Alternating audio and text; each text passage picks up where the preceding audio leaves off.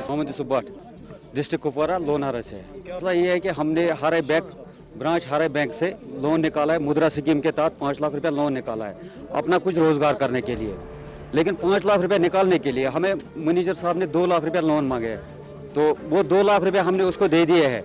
लेकिन अब हमें वो पूरे 3 लाख रुपए मिले भी नहीं है। एक बात, दूसरी बात, अगर मिला भी कुछ है तो उससे हमारी बराबरी होती ही नहीं। अब वो बोलता है केस करो, बराबर करो, इसमें पैसा भरो, हमारे पास है ही नहीं, हम कहाँ से करेंगे।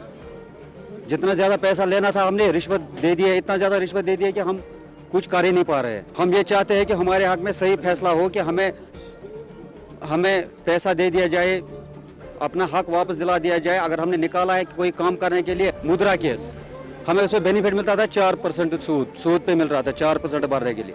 लेकिन जब उन्होंने 4 लाख पे 40,000 रुपये ले लिए हमसे, तो आप बताइए हम क्या करें। छोटे छोटे बच्चे घर में पालने मुश्किल हो जाते हैं। निकाला था इसी वजह से कि हम कुछ काम कर पाएंगे, लेकिन मैनेजर साहब की रिश्वतखोरी की वजह से हम कुछ नहीं कर पा रहे हैं। 5 लाख बराबर मिल गए, लेकिन 2 लाख रुपए उसको देने पड़े हैं पहले, बाद में हमको 3 ही लाख मिले हैं। वो आज हम इस वजह से आए हैं कि हमारे पास वो पैसे बराबर होते ही नहीं है। जो बोलता है कि लोन भरा, हम कहाँ से भरेंगे।